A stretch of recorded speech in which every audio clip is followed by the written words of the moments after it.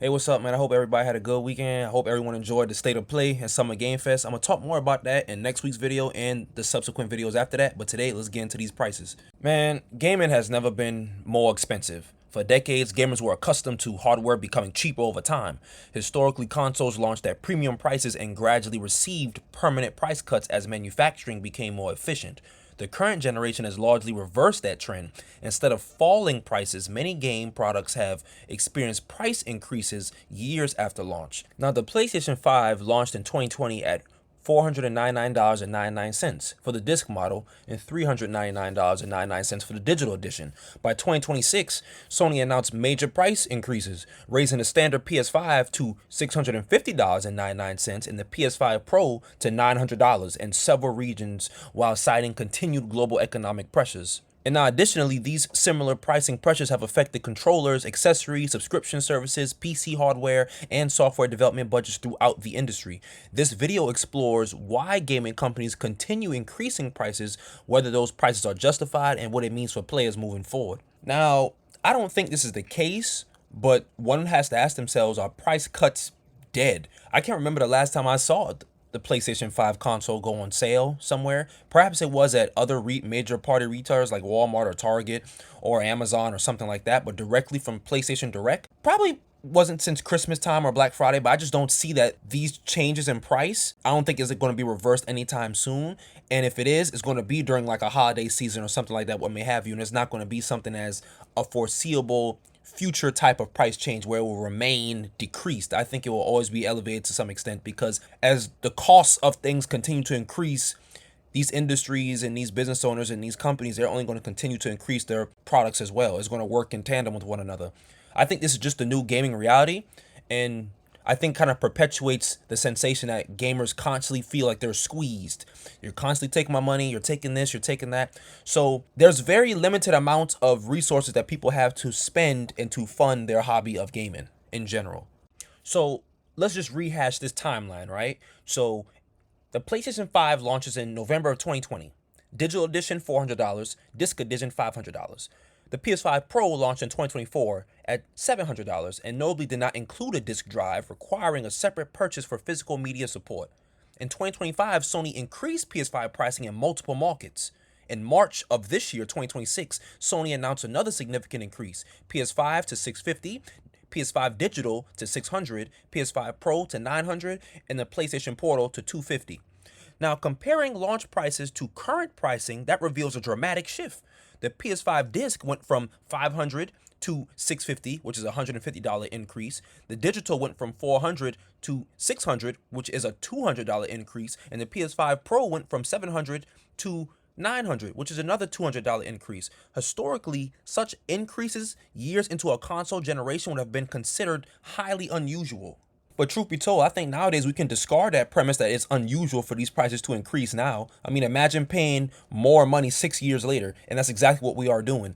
So it's opposite of previous generations, and it seems to be a sort of a sticker shock. You look at the price tag, the sticker on the controller or the product that you're buying, and you're like, what the? You're like, this is what I'm paying now? But that's just what it is, and it's not just this company, but it's also other gaming companies as well. So it kind of makes you ask other questions in terms of, well, because historically we always said, Nintendo is one of the greediest gaming companies. Can we actually say it's just Nintendo now? Okay, so we have the what. Let's talk about the why. Why are these prices increasing? Sony officially attributes recent increases to ongoing pressures in the global economic landscape, i.e., the Iran war. Hardware manufacturers face rising costs associated with semiconductor production, memory chips, manufacturing labor, transportation, distribution logistics, currency fluctuations between international markets, all a bunch of crap. Now, gaming hardware often operates on thin profit margins, especially early in a generation. Companies frequently accept smaller profits or even losses on consoles while expecting to recover revenue through software sales, through subscriptions, accessories, and digital storefront purchases. If production costs remain elevated longer than expected, manufacturers may choose to pass a portion of those costs to consumers rather than absorb them internally. Hence, the increase in prices. Now, the thing about inflation is that it doesn't just affect our day-to-day lives and the economy in the traditional sense that people think of it. When you say words like the economy, people automatically just attribute that to groceries, governmental spending, schools, all these other things that help function our day-to-day lives. But they don't think that that would affect things such as pastimes like gaming or going to the movies or going to the beach. It affects everything, especially gaming. It's a holistic impact. So as much as people want to say, these companies are greedy, and historically I think there have been instances where you could attribute their practices to greed, you need to understand is that inflation affects everything. So this isn't just about greed. These are businesses who their bottom line is to make their money. So they have to adjust their business model and how they price their products to account for the fact that there are global pressures and global effects that are out of their control. So they have to adjust to that. We're adapting to the companies, but the companies are at the mercy of the world's economy. So if the world's economy is in shambles, well, gaming is going to be in shambles. Grocery is going to be in shambles. The government is going to be in shambles. Miscellaneous expenditures are going to be in shambles. Entertainment is going to be in shambles. It affects everything. It's not just gaming. Global economics matter. Now, there are also hidden costs to the gaming industry as well, and I think that's the AAA game development. So when it comes to making these games that are popular titles, God of War games, The Last of Us, etc. Now, modern AAA game budgets have exploded compared to previous generations. High-end products now require motion capture, photorealistic assets, large development teams, years of development, extensive QA testing, massive marketing campaigns. Games that once required teams of dozens can now require hundreds or even thousands of contributors across multiple studios. Sony's first-party portfolio increasingly emphasizes cinematic blockbuster experiences that require significant investment.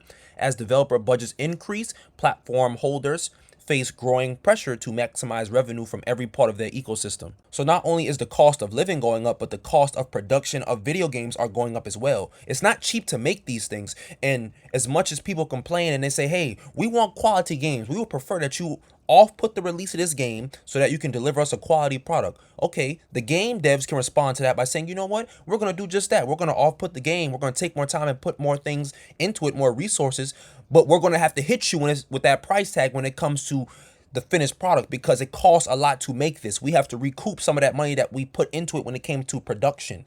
We all want the bang for our buck. They want to be able to make the best quality game they can without spending as much money, the least amount of money possible. We want to be able to play the best game that we can at the cheapest price possible. So there's a give and take with everything. Now, these bigger teams, that equals bigger risks. So you have multiple people working on the game. Well, there are multiple points of failure that you could also have accompanying with that as well. I briefly mentioned this earlier in the video, but accessories are no longer cheap either. And I have a habit for buying PlayStation controllers. I love PlayStation. I'm a diehard PlayStation guy, so I have all the controllers. And man, it is not a cheap habit to uphold. These controllers now cost like $90 a pop. It's ridiculous, but that's what it is. Controllers and accessories have become major revenue streams. Premium products now include the DualSense Edge, PlayStation Portal, Pulse Audio products, specialized console covers, charging accessories. Accessories frequently carry higher profit margins than consoles themselves. Companies increasingly position accessories as premium lifestyle products rather than simple necessities. The gaming ecosystem now extends far beyond purchasing a console and a game. Players often invest hundreds of additional dollars, I know I have, into controllers, audio equipment, storage upgrades, and subscription services. So, we live in an accessory economy. That's what we live in. This isn't something that is just representative of the PlayStation brand, but you look at anything that has an ecosystem. You look at people who have iPhones, right? They want to have an iPhone ecosystem. They want to have the iPhone. They want to have the iPad. They want to have the MacBook. They want to have the Apple TV. They want everything to be compatible and everything to fall within that one scope of that brand. And it's the same thing when it comes to PlayStation and when it comes to gaming in general. You see someone who games predominantly on a PlayStation console like I do, for example. You want the PlayStation headsets, or at least one that's compatible with the headsets. You want the controller or multiple controllers. You want a charging dock.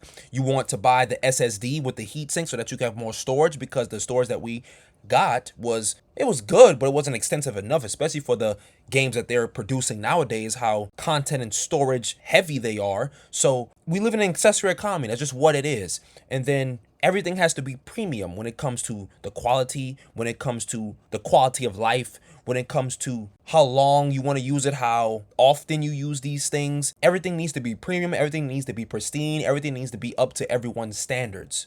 And people are going to spend the money to buy these things just so they can appease little nuances that they have about themselves. Me, for example, when I bought Ghosts of Yote, well, I'm not going to touch that game and play it until I have the Ghosts of Yote controller. You have other people who are just like that, where they are very particular when it comes to their gaming habits or the things that they enjoy to do. So one can argue this is nickel and diamond, but an argument can also be made that this isn't nickel and diamond. That's just how things are naturally progressing due to the world that we're living in and due to the habits and the trends of the gaming industry. Another point to consider are subscriptions, because they literally change the business model. Modern gaming companies increasingly rely on recurring revenue rather than one-time purchases. Subscription services provide predictable monthly income and help offset rising development costs. PlayStation Plus tiers, cloud gaming initiatives, and digital storefront purchases all generate recurring revenue. Investors typically favor predictable subscription revenue because it is less dependent on individual game launches. As companies pursue revenue stability, consumers often encounter higher subscription costs alongside more expensive hardware. So these recurring revenue streams and these recurring modalities that these gaming companies use in order to have money coming in and in and in constantly, everything's subscription. You could kind of refer to this phenomenon as like the Netflixification of gaming. I remember when Netflix was first introduced, you have this one platform that centralizes both TV shows, movies, even it added on mobile games later into Netflix's life cycle. And everything has become based on that sort of business model where each major brand or service, they also not only have individual products or services that they offer you, but they have things that are recurring subscriptions. I remember when Netflix first came out, you could get it for like $7 a month, $8 a month with no ads, by the way.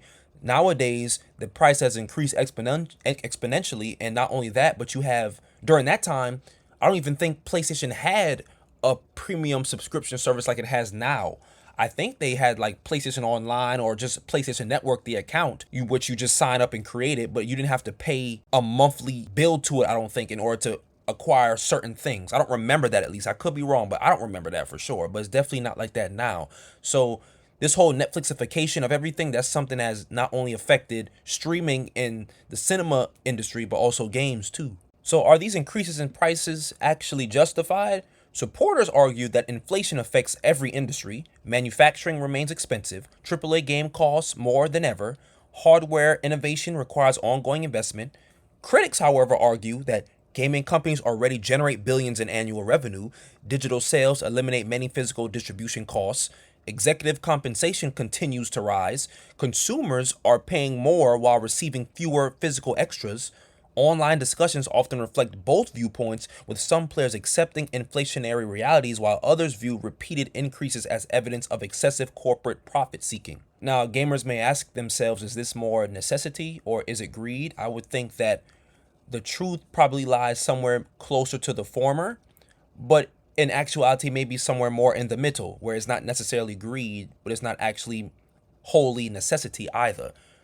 So while I understand that people are upset that these prices continue to increase, what you need to realize, as I stated before, is that we live in a globalized economy, a globalized world. We are all interconnected. What happens in Ukraine and Russia, that affects us here in America, because we rely on some of these other countries and some of these other economies aside from our own through trade and through the facilitation of giving each other goods and services.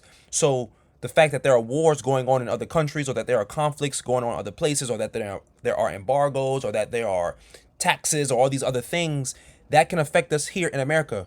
For example, in Ukraine, a lot of the bread that the world uses comes from that area.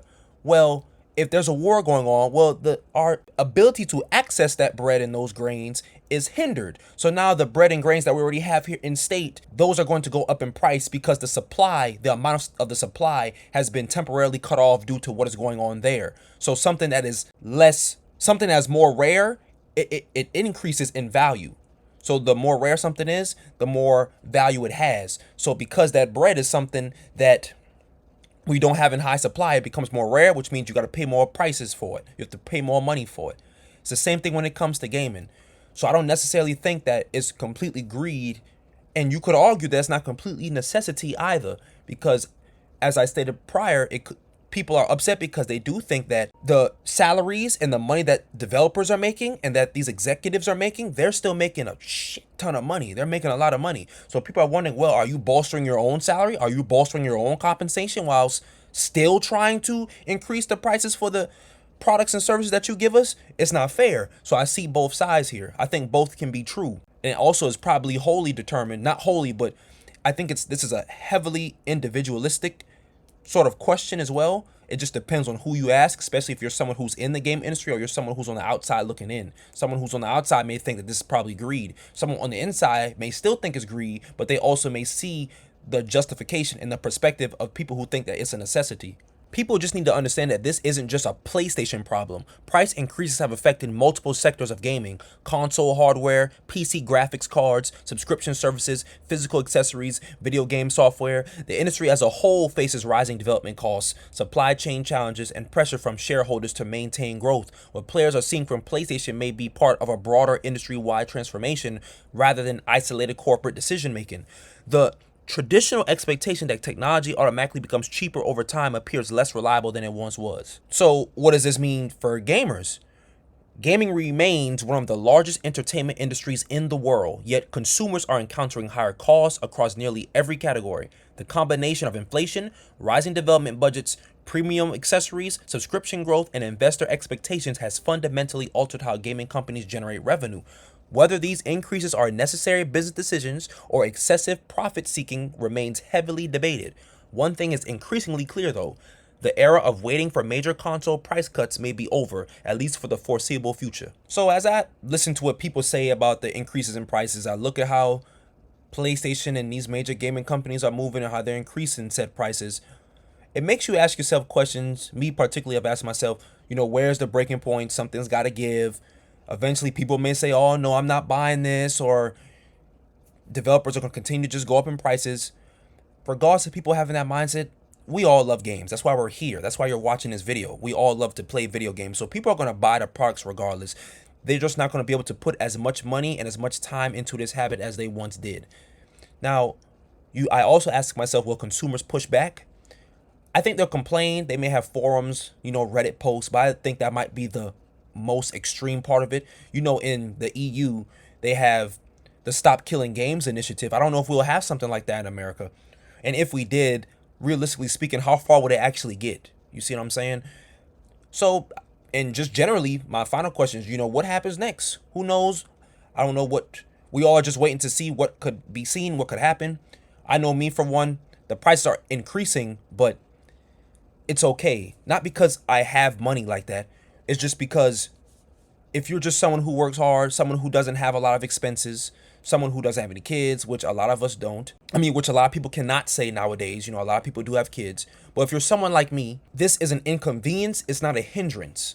So that's why I'm such a big proponent of people working hard, especially the guys who watch me. I'm not some self-improvement guy, not at all. But I just say work hard so that when things like this arise and things like this happen, it will inconvenience you, but it won't impede you. It won't stop you. So, man, it sucks that the cost of milk is going up, but I'm still going to pay it though. I can still afford this. I can still pay this because I work hard or I've invested in some sort of skill to learn.